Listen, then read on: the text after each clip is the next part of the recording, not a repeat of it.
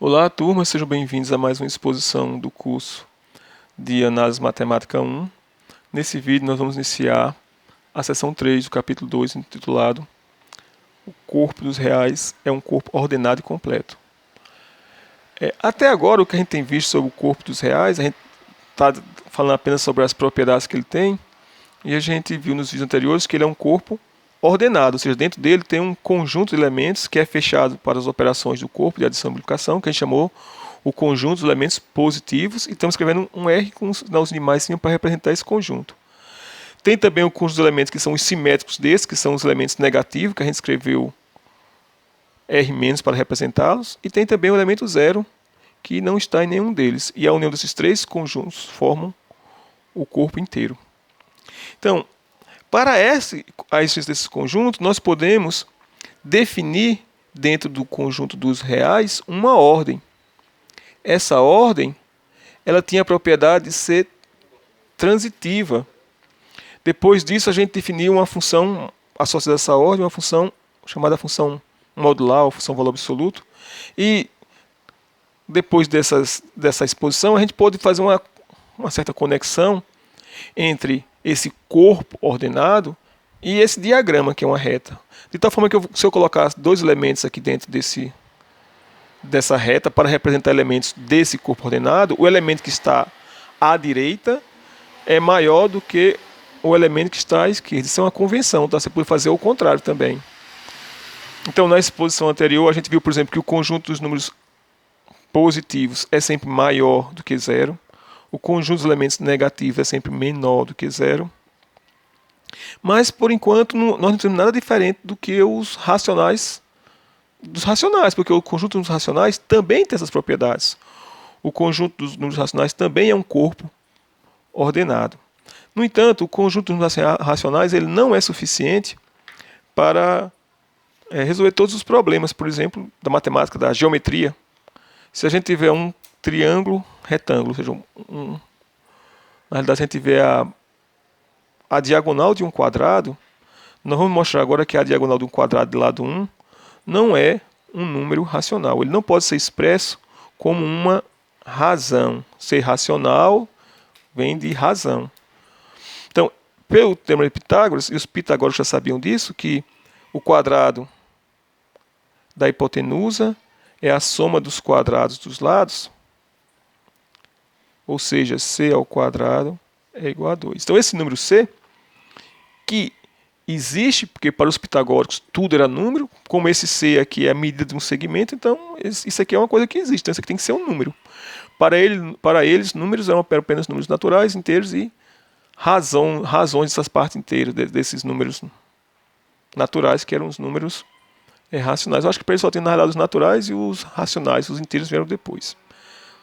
Bem, então, se esse número C, que tem essa propriedade de levar ao quadrado dá 2 for um número racional, então a gente poderia escrever esse número C como sendo uma razão entre números inteiros. Ou seja, nós vamos ter o número C, que é A sobre B, que quando eu levar ele aqui ao quadrado tem que dar 2, onde esses números A e B são números inteiros.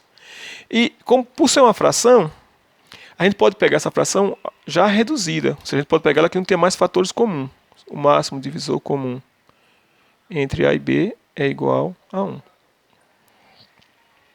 E agora que a gente pode trabalhar um pouquinho com álgebra, isolar, elevar ao quadrado e isolar. Então, levando ao quadrado, vamos ter que A ao quadrado sobre B ao quadrado é igual a 2. Já multiplicando tudo por B ao quadrado, nós vamos ter então que A ao quadrado é igual a 2B ao quadrado. Como A e B são números inteiros, então 2 vezes B ao quadrado é um número par, porque é um múltiplo de 2. Logo, A ao quadrado também é par, né, porque é igual. Só que A ao quadrado ser par implica de A ser par, né? Porque se o A fosse ímpar, ímpar vezes ímpar dá ímpar, então A ao quadrado seria ímpar, que é o que não ocorre aqui, porque esse número aqui é um número que é par. Então A ao quadrado é par, implica A ser um número par, ou seja, A é igual a 2 vezes K, onde esse número K também pertence ao conjunto de números inteiros. E agora, fazendo a substituição dessa igualdade A igual a 2K na igualdade acima, A ao quadrado igual a 2B ao quadrado, a gente dessa substituição aqui de 2k em que a ao quadrado, nós vamos ter que a ao quadrado, que é 2k ao quadrado, 2k tudo ao quadrado, igual a 2b ao quadrado.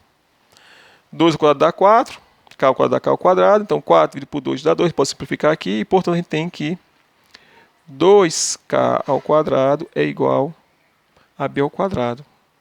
E agora, como antes, por a ao quadrado ser um número par, a gente conclui que é um número par. Então, por b ao quadrado ser um número par, porque k é um número inteiro, então a gente conclui que b também é par, né? Porque b ao quadrado é par e, portanto, b é par. Só que agora a gente chegou a uma contradição. Por que nós chegamos a uma contradição? Porque a é par, b também é par, mas a gente tinha escolhido essa fração como sendo aquela que não tem mais fatores comuns. Não podia ser os dois pares, né? O índice entre eles tem que dar 1. Então, nós temos uma contradição. Essa contradição surgiu do fato da única suposição que a gente fez. A suposição que a gente fez aqui, esse argumento todo aqui é válido. A única coisa que pode estar errada aqui é supor que esse número C, dado por essa forma, é um número racional. Então, portanto, esse número que tem a propriedade, né, de C ao quadrado, C igual a 2, implica dizer que esse número C ele não pertence ao conjunto racional. Ele não pode ser expresso como uma divisão entre números inteiros. Bem, isso aqui é importante, porque se tudo é número, a medida do segmento tem que ser representado por um número, e não existe esse número, né, até a descoberta, assim, até o desenvolvimento dos números reais, você estava preso ao conjunto racionais, então nós temos aqui uma lacuna, um problema. Se eu quisesse representar o conjunto dos números racionais nessa reta, teria um problema, porque se eu pegar aqui a medida dessa diagonal aqui, eu peguei a medida da diagonal, a mesma medida aqui, e fosse representar ela na reta, de tal forma que para cada elemento da reta eu coloco aqui já não é mais um ponto racional, iria ter uma lacuna exatamente nesse lugar.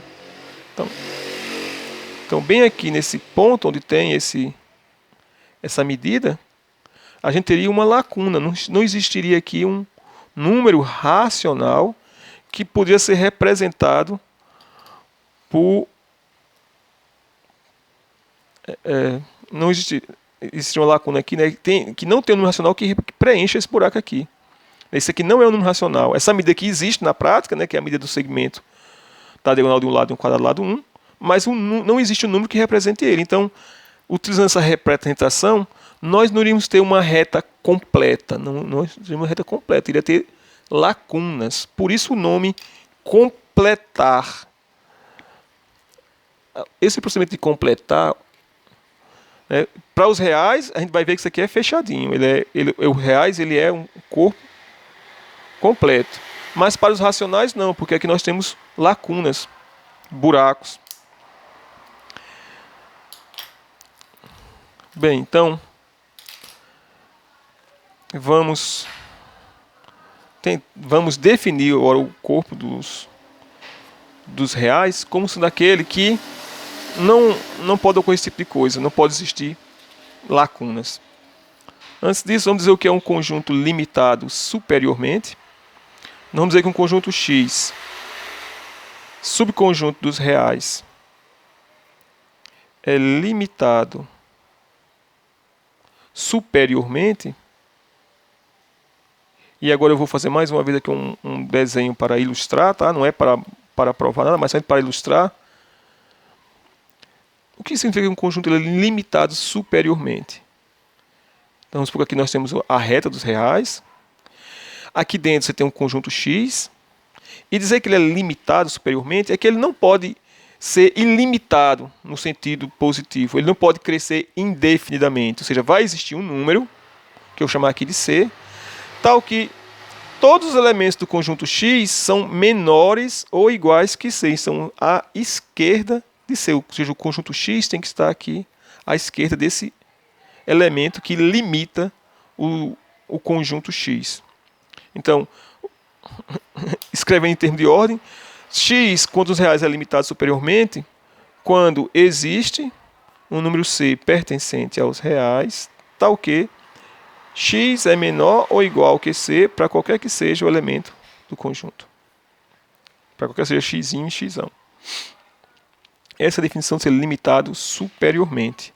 Esse número C, que tem essa propriedade de limitar superiormente o conjunto, é chamado de cota superior. Chamamos C de cota superior de x. Então, por exemplo, se a gente considerar o conjunto x como sendo exatamente o intervalo aberto de 0 até 13, fechado no 13, fechado no 0 e aberto no 13, o número 15 é uma cota superior para esse conjunto.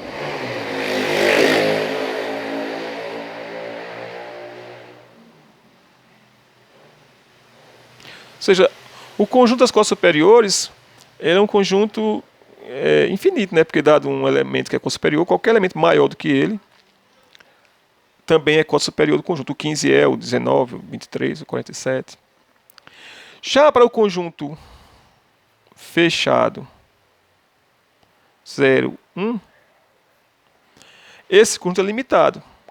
Por quê? Porque uma cota superior para ele, nós temos várias cotas superiores. O 1 é uma cota superior.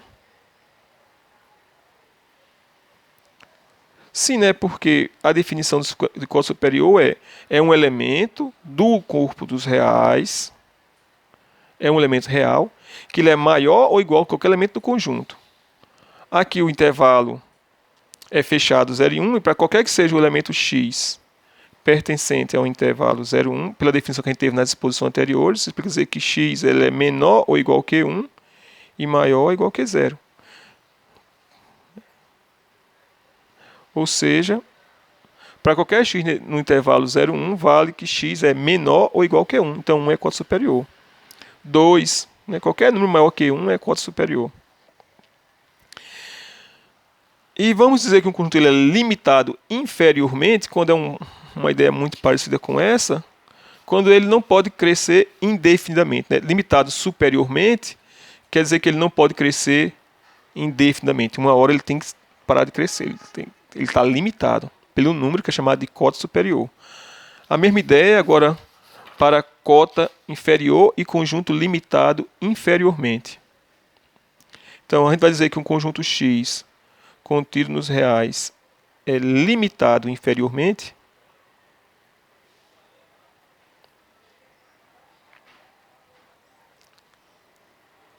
E agora eu vou fazer mais uma vez o desenho.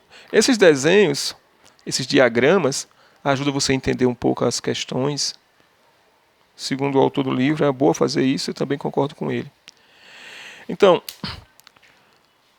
a gente viu que na posição para a direita cresce, para a esquerda decresce. Então, você poderia começar com elementos do conjunto e vir decrescendo, decrescendo, decrescendo. Dizer que ele é limitado inferiormente é que tem uma hora que ele não pode decrescer a mais que aquele ponto. Então, vai existir um número C, peças reais, tal que qualquer elemento do conjunto X tem que estar à direita de C, ou seja, tem que ser maior ou igual que C.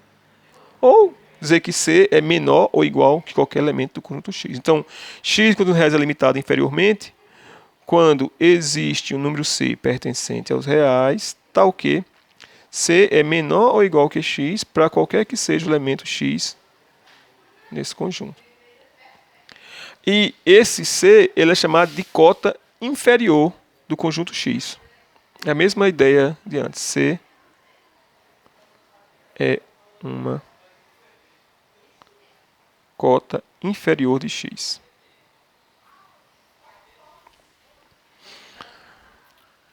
Agora vem umas perguntas. Então, a ideia de cota inferior é parecida com cota superior. Vou fazer um exemplo desses exemplos mais bobos, mas, por exemplo, o conjunto dos números naturais, ele é limitado inferiormente? É uma pergunta.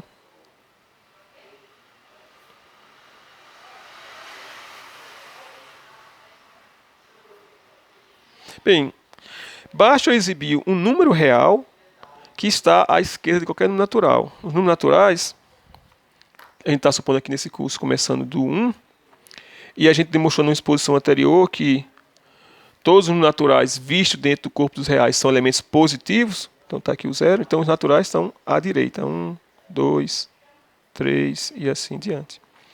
Então uma cota inferior para os naturais é, por exemplo, o 0. Ou menos 1. Qualquer número negativo é uma cota inferior para o conjunto dos números naturais. Então n é limitado inferiormente. A resposta é sim. Sim, pois, para qualquer que seja o número n pertencente ao conjunto naturais, 0 é menor que n. Vou colocar menor ou igual só para ficar igual na definição. 0 é menor ou igual que n. Ou seja, 0 é uma cota inferior. A fim de fechar aquelas lacunas, nós vamos definir uns elementos nos corpos ordenados e vamos dizer que os corpos reais são aqueles conjuntos que não tem aquelas lacunas, que é sempre possível você fechar aqueles buracos. E essa vai ser exatamente a definição de supremo de um conjunto. Então, para definir o que é o supremo de um conjunto, vamos fazer aqui um diagrama para ilustrar. Então, nós vamos supor que esse é um conjunto limitado superiormente, ou seja, existe para esse conjunto uma cota superior, que eu vou colocar aqui em vermelho. Tem um número C, que é cota superior para o conjunto, ou seja, os elementos do conjunto estão todos à esquerda, ou seja, são menores do que C. Então o conjunto X está totalmente, os elementos eles estão à esquerda do ponto C. C é uma cota superior para o conjunto X. Bem, dentre essas, sendo C uma cota superior, pode ser que exista uma outra cota superior ainda menor do que C, que esteja à esquerda de C. E você não pode ainda imaginar que tenha ainda uma outra menor. Então, uma coisa é certa, os elementos do conjunto X não podem ser maiores do que as cotas, estão todos à esquerda das cotas.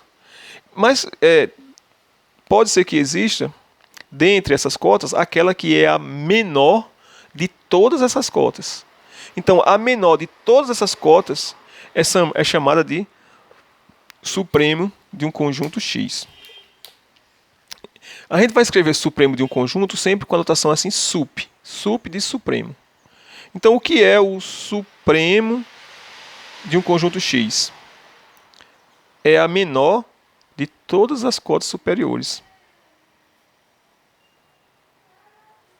Menor das cotas. Se existir, né? Pode ser que não exista. Das cotas superiores do conjunto X. Fala assim, mas como assim pode não existir, professor? Olha, por exemplo, vamos considerar aqui um conjunto que não tem um maior elemento. Se eu chamar o conjunto X como sendo um intervalo aberto, que vai de 0 até 1. Quem é o maior elemento desse conjunto? Observe que o 1 não pertence ao conjunto, né? 1 não pertence a X, né? Porque são, relembrando, chamado X no intervalo aberto 0, 1 quer dizer que o elemento X pertence a X, se somente se ele for estritamente maior que 0 e estritamente menor do que 1. Ou seja, o 1 não pertence ao conjunto, nem o 0. E é fácil a gente ver que não tem um maior elemento nesse conjunto, porque, vamos fazer aqui um lema, não sei se eu já fiz antes, que diz o seguinte: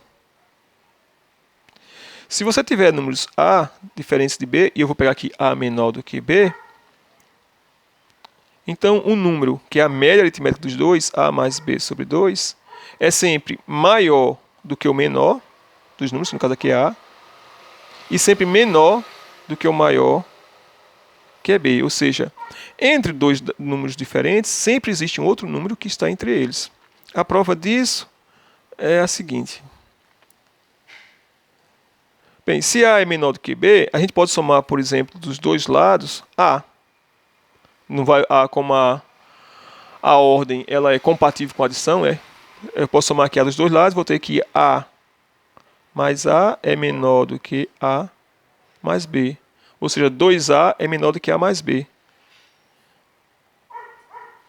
E agora, dividindo tudo por 2 ou multiplicando pelo meio, você tem que A é menor do que A mais B sobre 2.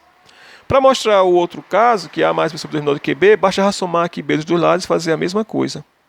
Então, isso quer dizer que, dados dois números, no final das contas, é uma coisa meio geométrica, sempre existe um número entre eles. Isso tem muito a ver com é muito parecido com aquela axioma de ordem, né? Entre dois pontos sempre existe um ponto entre eles.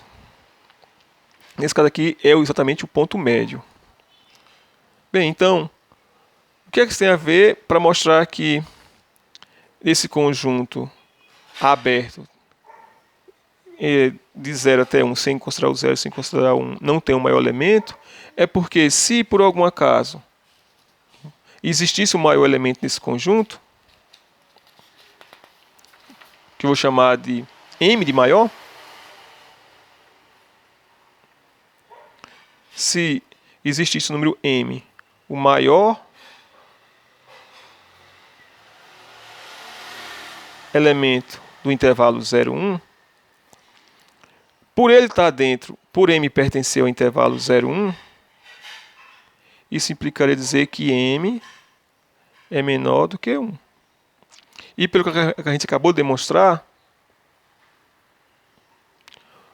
a média entre eles, M mais 1 sobre 2, é menor do que 1, é menor do que o maior, e é maior do que o menor, que é M.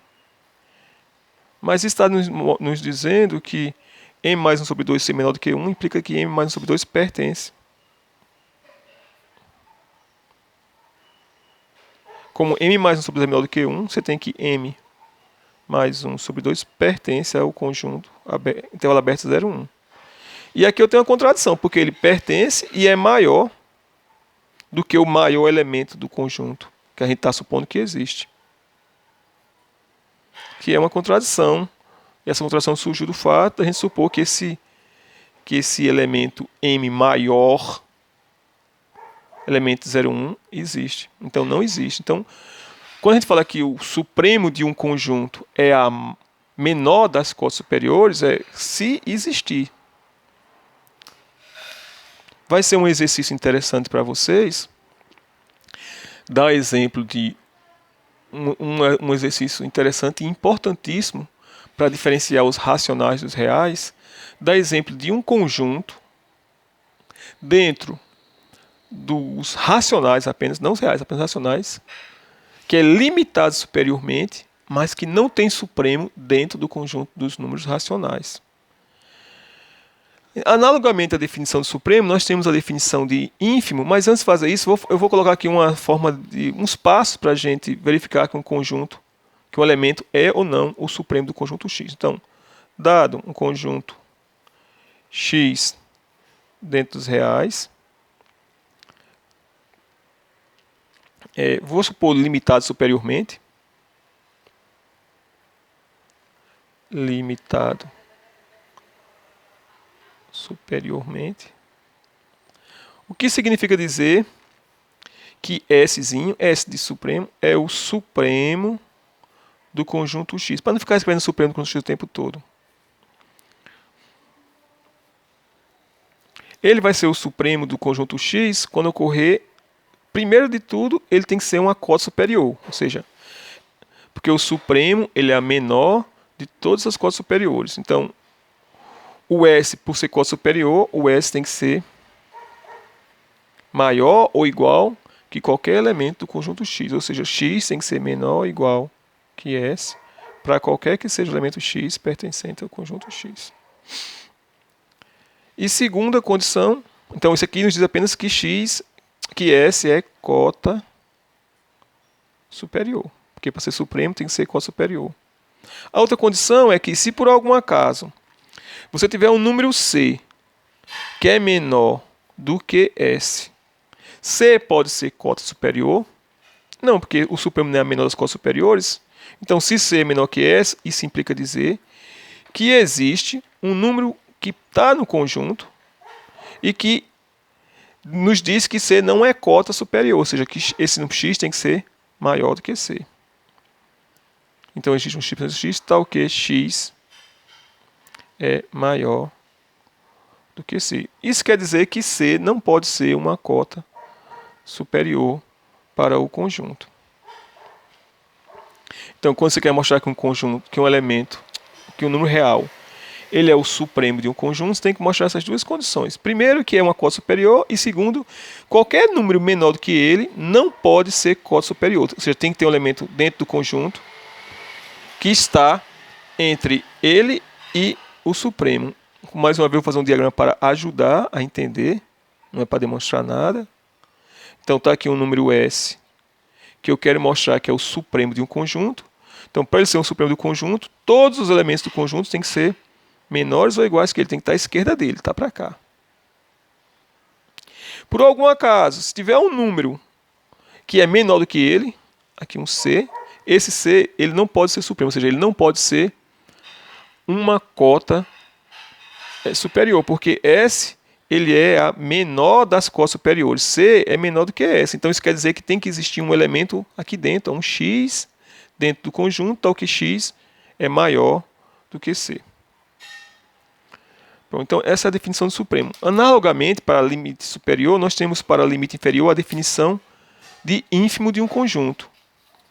O ínfimo do conjunto, vou fazer mais uma vez o diagrama para ilustrar, é dentre as cotas inferiores a maior dela. Então, está aqui um conjunto que ele é limitado inferiormente. Então, todos os elementos do conjunto estão à direita. Ele não pode crescer indefinidamente para a esquerda. Ele tem que parar um certo momento. Então, dentre essas cotas inferiores, né, são menores do que o elemento conjunto, se existir aquele número que é a maior de todas as cotas superiores, esse aqui é chamado de ínfimo do conjunto X. Aqui dado o conjunto X, o ínfimo de X, então, é a maior de todas as cotas superiores. Então, vamos colocar essa definição. Ínfimo do conjunto X é a maior. É bem parecido com a definição do supremo, só que agora trocando menor por maior. E superior por inferior. Ínfimo de X é a maior das cotas inferiores de X. E como antes, nós vamos, para mostrar que um conjunto, que um elemento é o ínfimo do conjunto X, vou chamar I de ínfimo, tá? Embora seja meio estranho. Vou chamar de I o ínfimo do conjunto X. Se eu quero mostrar que um elemento I é um ínfimo do conjunto X, o que eu tenho que mostrar? Primeiro eu tenho que mostrar que ele é uma cota inferior, ou seja, que I está à esquerda de qualquer elemento. I é menor ou igual. Né? Para ser um ínfimo, ele tem que ser menor ou igual a qualquer elemento do conjunto. Então, I é menor ou igual que X, para qualquer que seja o X pertencendo ao conjunto X. Isso aqui está dizendo apenas que I é uma cota inferior. E a outra condição é que tem que ser a menor das cotas inferiores. Ou menor não. A maior das cotas inferiores. A maior das cotas inferiores. Se tiver qualquer outro númerozinho aqui à direita dele maior do que ele, vou colocar em azul. Um C. Esse C não pode ser cota inferior, porque se ele fosse cota inferior, ele seria maior do que a maior de todas as cotas inferiores. Então, se você pegar qualquer número que seja maior do que o ínfimo, tem que ter um elemento do conjunto, tem que ter um vermelhinho aqui dentro, porque esse número não pode ser cota inferior. Então, a segunda condição é, se por algum acaso você tiver um número C que é maior do que I, ou seja, que é maior do que a maior de todas as cotas inferiores, então tem que ter um elemento do conjunto entre os dois, né? No caso maior que C. Então, se C é maior que I, então existe um elemento dentro do conjunto, tal que, como C não pode ser cota inferior, então esse C tem que ser maior do que X. Ou dizer a mesma coisa que X é menor do que C. É isso. Então, essa é uma definição de ínfimo e supremo de um conjunto. Nós vamos fazer aqui um exemplo que não tem no livro, que é encontrar o supremo de um conjunto. Que é exatamente aquele exemplo que eu coloquei há pouco, que é nós vamos achar o supremo, se existe, né, no caso, nós vamos achar o supremo do exemplo. Esse exemplo não tem no livro. Exemplo 1. O supremo do intervalo aberto, que vai de 0 até 1, é igual a 1. Agora, como fazer isso?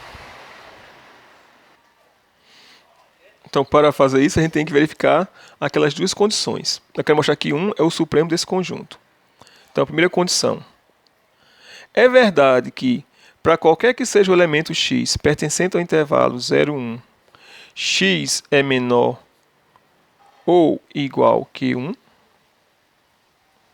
Né? Porque qualquer que seja x pertencente ao intervalo 0, 1, a definição é que x é maior que 0 e menor que 1. Então, é menor ou igual que 1. Então, a primeira condição está, ok, 1 realmente é cota superior para esse conjunto. Agora, nós vamos ter que demonstrar que qualquer que seja o número que seja menor do que 1, não pode ser cota superior do conjunto, porque senão ele seria menor do que a menor de todas as cotas superiores. Olha, aqui eu vou dar uma pausa para você parar para pensar que o tempo todo vamos falar em maior das cotas inferiores, menor das cotas superiores. Aí a gente acaba se confundindo com isso. Então tem que fazer um bocado de questão para poder se familiarizar com essa ideia.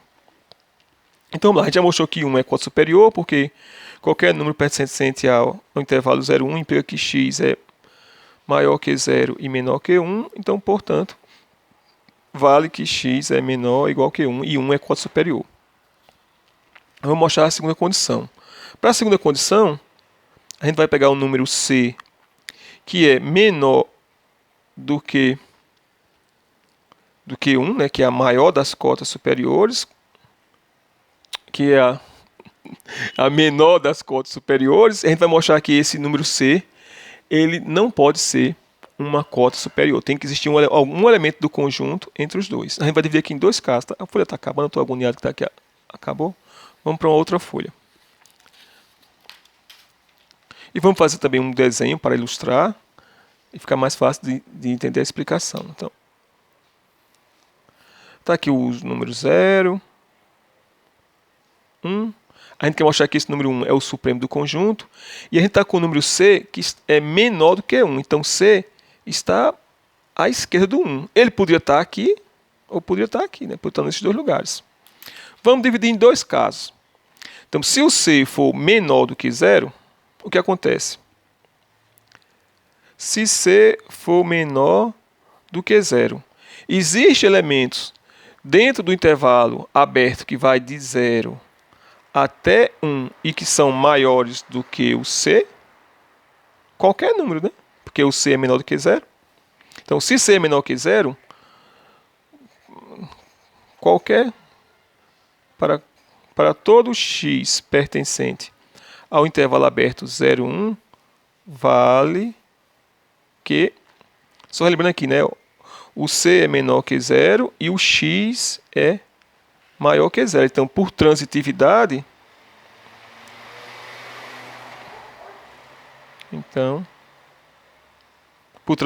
como c é menor que 0 e 0 é menor que x, então c é menor que x. Logo, c não é cota superior, porque para que c seja cota superior, ele tem que ser maior ou igual a qualquer elemento do conjunto. Então, ele não ocorre isso aqui. Logo, c não é cota superior. Então, a gente já viu o caso se c for menor que 0. Agora, vamos considerar o outro caso. O outro caso é que c é maior que 0. Maior ou igual que 0. Poderia ser 0 também. Na verdade, é melhor colocar menor ou igual que 0 aqui para não ter que fazer outros casos à parte. Se c for menor ou igual que 0, aí vale que c é menor ou igual que 0. Como x é maior que 0, agora a transitividade nos garante que c é menor que x, não é menor ou igual que x, não. Vamos considerar o caso que c é maior que 0. A gente já sabe que o c, por sua vez, é menor do que 1, né? Então, como c é maior que 0 e c é menor que 1, isso implica dizer que c pertence ao intervalo 0, 1, porque é um número maior que 0, então nesse caso aqui é maior que 0 e menor do que 1. E se pertencer a esse intervalo, a gente vai usar aquela ideia que fizemos ainda há pouco. Como o C está aqui dentro do intervalo, a gente sabe que existe sempre um número, a média entre C e 1, a média aritmética, sempre é maior do que o menor e menor do que o maior. Então vamos usar essa ideia aqui. Então, como C pertence ao intervalo 0, 1, então C mais 1 sobre 2 é maior do que C, é menor do que 1, e daí, como C, por sua vez, é maior que 0, deixa eu escrever aqui, C, por sua vez, é maior que 0, então a gente tem que esse número, ó, C mais 1 sobre 2, ele é menor do que 1, e por transitividade é maior do que 0. Então o número C mais 1 sobre 2 pertence ao intervalo 0, 1. E daí, já que 0 é menor que C, temos que C mais 1 sobre 2, ele pertence ao intervalo aberto 0, 1. Por que pertence? Porque é menor do que 1 e é maior do que 0. A gente transitou aqui, tá? O C mais 1 sobre 2 é menor do que 1, é maior que C, mais C é maior que 0, então C mais 1 sobre 2 é maior que 0, é menor do que 1, então pertence a esse intervalo. E aí, o que a gente quer fazer é mostrar que esse número C não podia ser cota superior. E a gente mostrou, a gente encontrou um elemento que está dentro do conjunto, né, e que é maior do que C. Ou seja, esse número x igual a C mais 1 sobre 2 pertence ao intervalo 0, 1 e x é maior do que C. Logo, portanto, C não é cota superior, que é o que a gente queria demonstrar. Conclusão: 1. O supremo do intervalo aberto vai de 0 até 1 é igual a 1. A gente vem aqui de 0 até 1 para ficar mais fácil, mas que poderia ser A e B números reais quaisquer. Números racionais quaisquer também.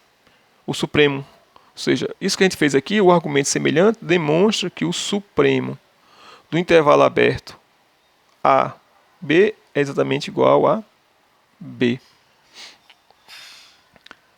Faltou eu falar, então vou falar agora. Quando você tem que o supremo pertence ao conjunto, que não é o caso aqui, ó, o supremo do intervalo 0, 1 deu 1. E observe que o número 1, que é o supremo desse conjunto, não pertence ao próprio conjunto.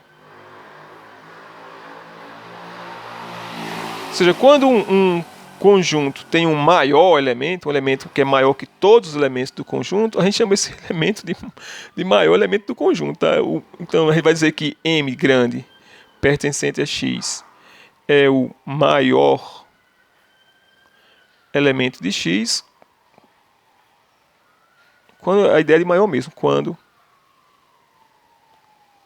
M é o maior elemento de X, ou seja, quando para qualquer que seja o elemento X pertencente ao conjunto, X é menor ou igual que esse elemento M.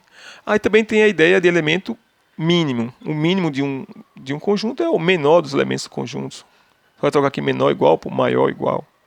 E uma observação importante é que se existe um elemento M pertencente a X, o maior elemento do conjunto, o supremo desse conjunto é esse próprio maior elemento.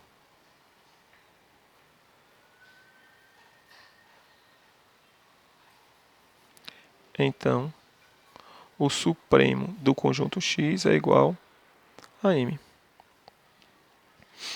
É porque, primeiro, M é cota superior? Porque M é o maior elemento do conjunto, ou seja, para qualquer que seja X pertencente a X, por M ser o maior elemento do conjunto, X é menor ou igual que M, portanto, M é cota superior.